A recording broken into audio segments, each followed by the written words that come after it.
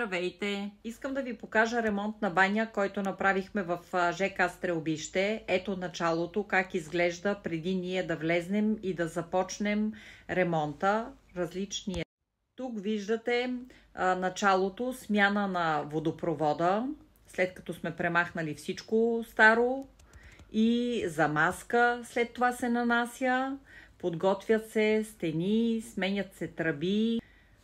Всичко е изключително ново, подменя се, за да може след това, когато се поставят плочките, да имате пълна гаранция, че всичко ще ви бъде наред. Виждате различните етапи, много труд, за да се постигне всичко това. Включително напълно променяме и места на щрангове, на тоалетна, сменяме тотално цялата концепция и наистина ще видите след това съвършенно ново място, което няма нищо общо с началния вариант.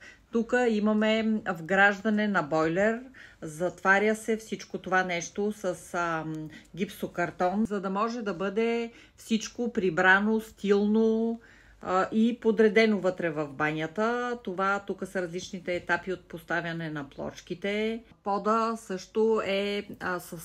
също е направен специален наклон, сифон, който е в ъгъла на банята, така че да може хубаво да се оттича водата и да не се събира. И ето вече достигаме до финални кадри от настоящия вид на банята. Това постигнахме с нашите усилия и труд. Виждате, началото видяхте различните етапи, сега виждате съвсем ново помещение, което просто по никакъв начин не може да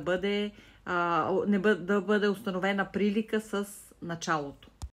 Ако и вие мечтаете за най-добрия ремонт, за най-хубавата баня, можете да се обърнете към нас, за да можем да сбъднем вашите мечти. Ние сме фирмата, която ще реализира всичките ви мечти, така че да имате мечтаната баня, в която да се наслаждавате на своите моменти на отмора и релакс. Ако искате да сбъднете мечтите си, обърнете се към нас. aloremonti.com.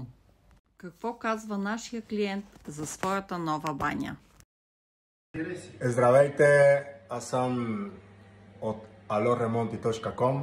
Сега тук правихме една баня от стълбището. Ето, клиенти ще казва мнения от тук, как се прави баня. Какво мнение вие имате? Много добре, от 0 до това положение. Да видите как е навътре. Супер. Скрит бойлер, скрита тоалетна. Всичко е подредено, всичко е както трябва. Браво! И за колко време ние правихме баня? За 3 седмици, нали? 3 седмици. 3 седмици максимум. И от нула правихме водопровод, всичко правихме. Ако вие се нуждаете, ние сме тук да помагате на всички. aloremonti.com. aloremonti.com. Чао, чао, чао! Чао!